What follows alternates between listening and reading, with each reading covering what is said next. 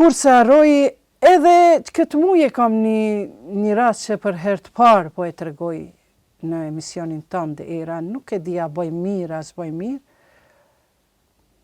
nuk e dia ta them apo mos ta them, po më detyron Zoti me thonë, se nuk i frigohem këtyre kamerave, po i frigohem vetëm kamerës Zotit, se Zoti ka thënë, surën 4, 148, thot mos flisni keq për njëri tjetrin.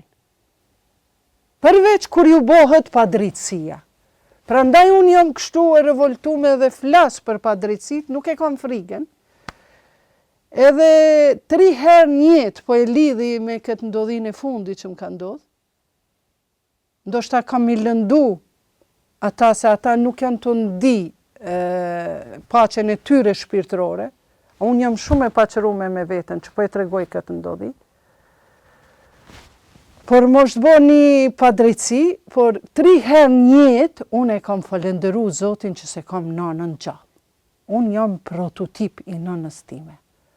Ajo ka qenë shumë e drejtë, shumë e sinqertë, edhe nuk ka hezitu me ta thonë të drejtën sy, ati që e ka lëndu, jo në sy, jo në 40, në 4.000 sy. Edhe kur kom hynë në burg, kom thonë, o Zot, faleminderit prej teje që se kam nanën gjallë. Kur më ka vdek djali, edhe atër kom thonë, o Zot, faleminderit prej teje që se kam nanën gjallë. Sepse edhe nana eme ka përjetu vdekjen e djalit, edhe di dhimbjen e saj. Edhe herën e tretë, pra, para një muaj kështu, që unë jam shumë e paqërume me veten, mirë po një person që është burri motrës time, i cili është nga Siria, ka arë këtu si emigrant, ka kriju pasuri, ka kriju e tjera, me emër nuk po e tregoj, po e dinaj kush është. Dhe ai me vitet të tëra, ma ka manipulu motrat e mia dhe njerin vëlla. Se një person i cili është i pasur, ai shikon edhe sundim me po. E ti kur t'ja bon të mirat, motrave të mia, i qon numre, i bon ndihma në për shtëpi e tjera, sa ata ndoshta edhe janë të nevojshëm. Edhe ai fillon me ta manipulu familjen, që unë nuk i shoh as pak fajtore, as vllazërit e mi, njerin vëlla, as motrat e mia.